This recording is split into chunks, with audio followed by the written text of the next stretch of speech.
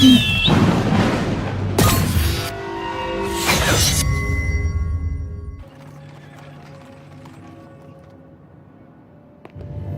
Lord Emmanuel, मैंने भारत का कोना कोना देख लिया।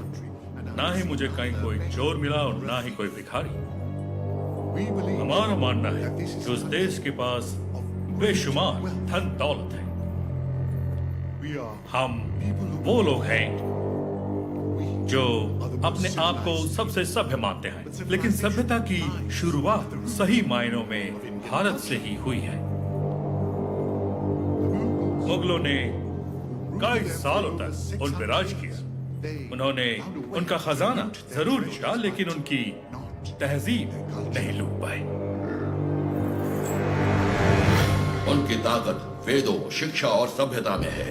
वो ताकत छीन लो, फिर भारत को लूटना आसान हो जाएगा। फूट डालो और राज करो की नीति से अंग्रेजों ने भारत की शासन व्यवस्था तहस नहस कर दी है। हर तरफ खलबली है।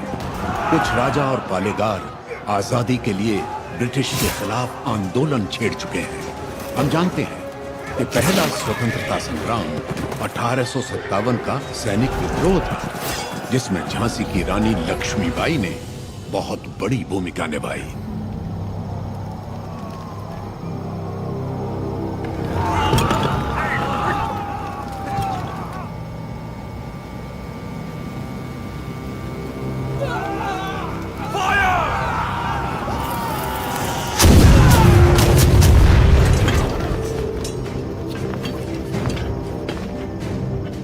महारानी झांसी के नेतृत्व में स्वतंत्रता की ये लड़ाई शुरू हुए 3 महीने हो गए। 20,000 योद्धा हमारे साथ मैदान में उतरे और अब सिर्फ हम 100 योद्धा ही बचे। कल अगर हम रणभूमि में उतरे तो फिर हम 100 भी नहीं बचेंगे। ये स्वतंत्रता संग्राम हमने शुरू किया था और हम ही इसे खत्म करेंगे।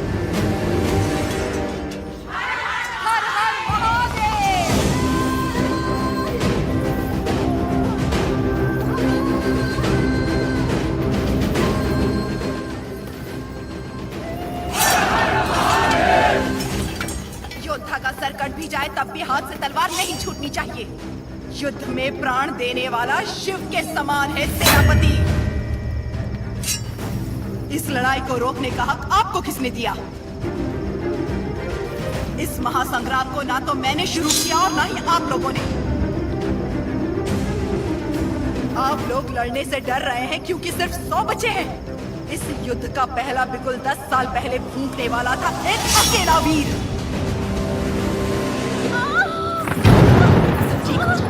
इस ब्रिटिश साम्राज्य की जड़ें हिला देने वाला योद्धा एक ही था।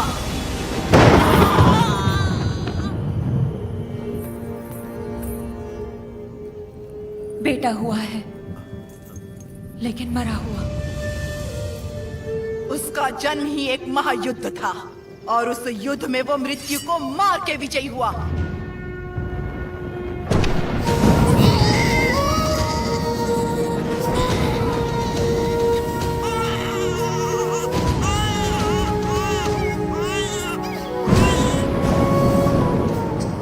मृत्यु को हरा कर पैदा हुआ है, अब मृत्यु से छू भी नहीं सकती।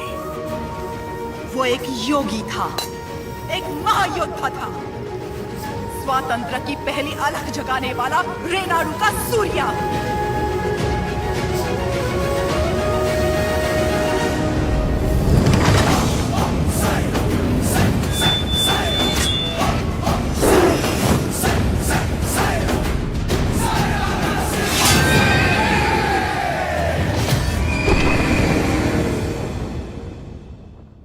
नोसम के पालेगार जयरामी रेड्डी ने अपनी दोनों बेटियां उयालावाड़ा के पालेगार मल्ला रेड्डी से ब्याही थी।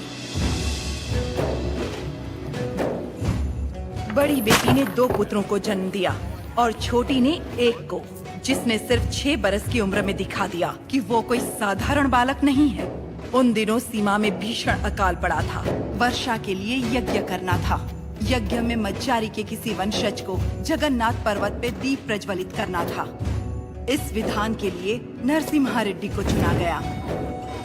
हर कार्तिक पूर्णिमा को नरसिम्हा रेड्डी के हाथों दीप प्रज्वलन किया जाता।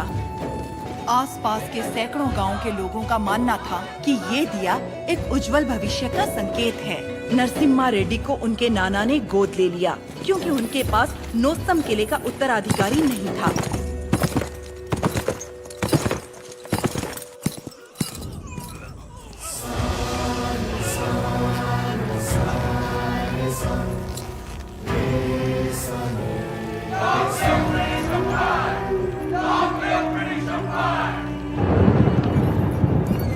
नाना, बोलो।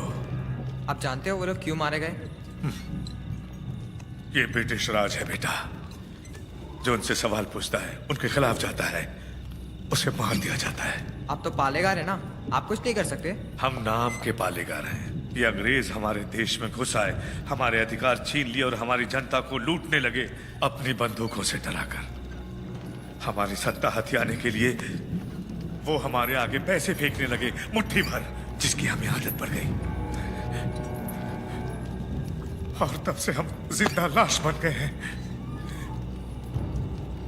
लाशों की तरह जीने से तो अच्छा है हम विद्रोही की तरह मर जाए नाना।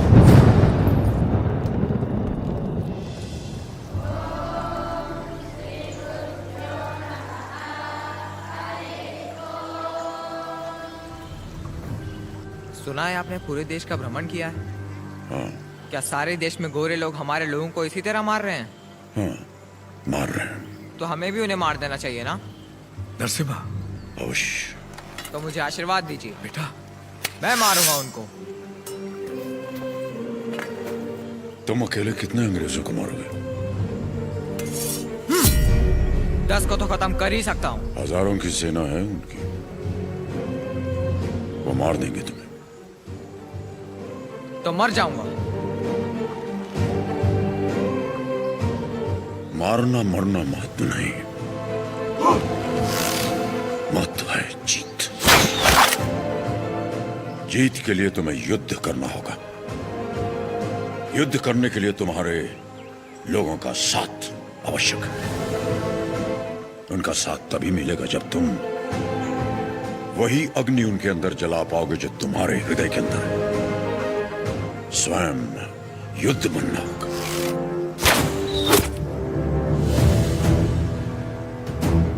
तुम्हारा शस्त्र ये नहीं, तुम्हारा शस्त्र है ये।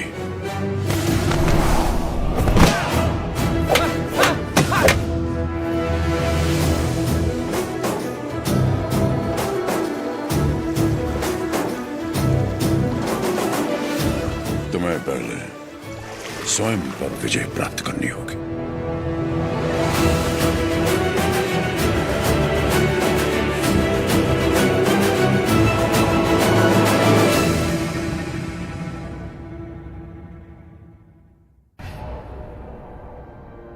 सबसे पहले ईस्ट इंडिया में ब्रिटिश कानून लागू किया जाए।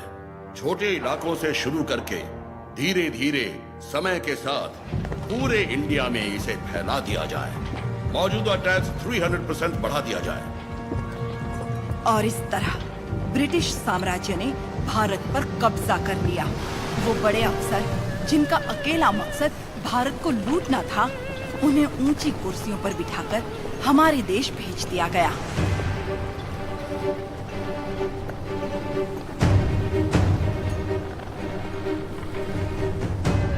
शैतानों की सेना का नुमाइंदा कॉकरेन दक्षिण भारत की तरफ बढ़ने लगा, जिसे भारतीय उपमहाद्वीप की रीढ़ की हड्डी कहा जाता है।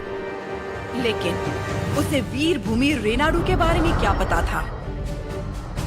वो कहाँ जानता था कि रेनाडू का सूर्य अंधकार की छाती चीरकर उदय हो चुका है। रेनाडू की धरती 61 छोटे छोटे राज्यों में बटी हुई है। इन राज्यों के सामंत पालेगार कहलाते हैं। ब्रिटिश इन पालेगारों से उनकी सत्ता और एकता दोनों छीन चुके हैं। लेकिन अवुकु राज्य के पालेगार अवुकु राजू, माइडुकुरु के पालेगार वीरा रेड्डी और करनूल के पापा खान उन 61 पालेगारों में से हैं जो आज भी स्वतंत्र शासन कर रहे हैं। नरसिम्हा रेड्डी ने इन सबको एकजुट करने के लिए एक महोत्सव का आयोजन किया।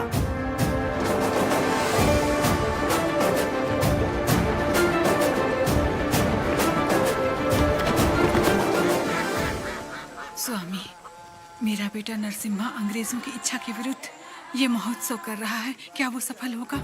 नरसिम्हा रेड्डी कोई आम आदमी नहीं है। वो पृथ्वी पर एक लक्ष्य लेकर जन्मा है। एक हाथ में तलवार और दूसरे हाथ में वेद के साथ उसका पालन हुआ है। उसे अब कोई नहीं रोक सकता।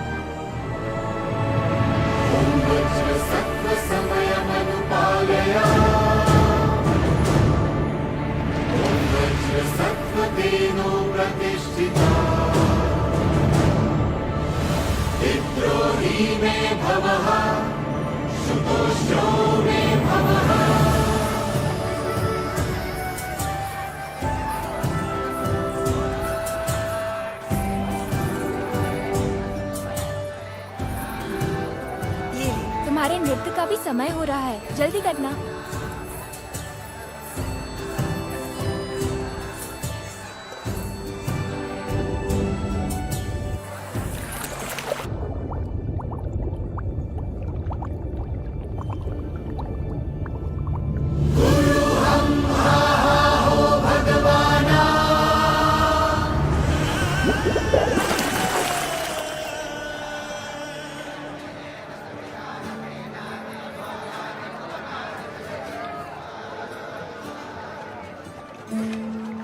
क्या हुआ बेटी? हाँ, स्वामी जी, अंदर कोई है? अच्छा, वो महोत्सव से पहले सरोवर में रहने वाले संगमेश्वर स्वामी की स्तुति करने की प्रथा है। हाँ, लेकिन इतनी देर पानी में? जल में सांस रोकने की विद्या जानने वाले एक महापुरुष हैं, मज्जारी नरसिम्हा रेड्डी जी।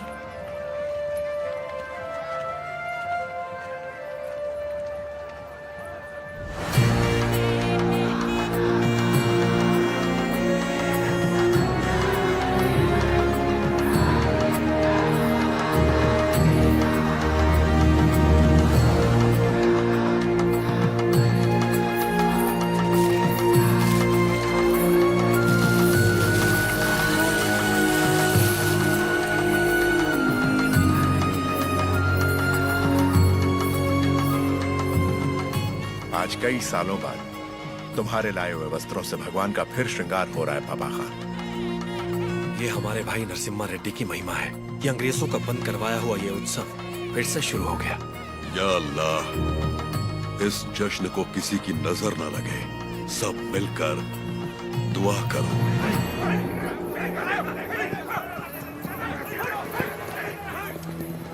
मैं इसे होने नहीं दूंगा। क्या उकराजू, इस मेले की तैयारियां युद्ध स्तर पे हुई हैं। कहां-कहां से लोग मेला देखने आ रहे हैं। होने नहीं दूंगा का क्या मतलब? ये मेला कौन करवा रहा है? नरसिम्हा रेड्डी। इस मेले में योगदान हमारा भी है ना? पर नाम नरसिम्हा रेड्डी का होगा। अच्छा, मुकाबला कौन जीतेगा? नरसिम्हा रेड्डी, और कौन? और हम जीत जाए तो भी सब नरसिम्हा रेड्डी की जयकार करेंगे कि उसने इतना निष्पक्ष मुकाबला करवाया। यानी जीते कोई भी, जयकार उसी की होगी। क्या ये सही होगा बसी रेड्डी? तो नहीं जीतेगा। अपने आदमी को देखो वहाँ, वो नशीली दवा बैलों को पागल कर देगी।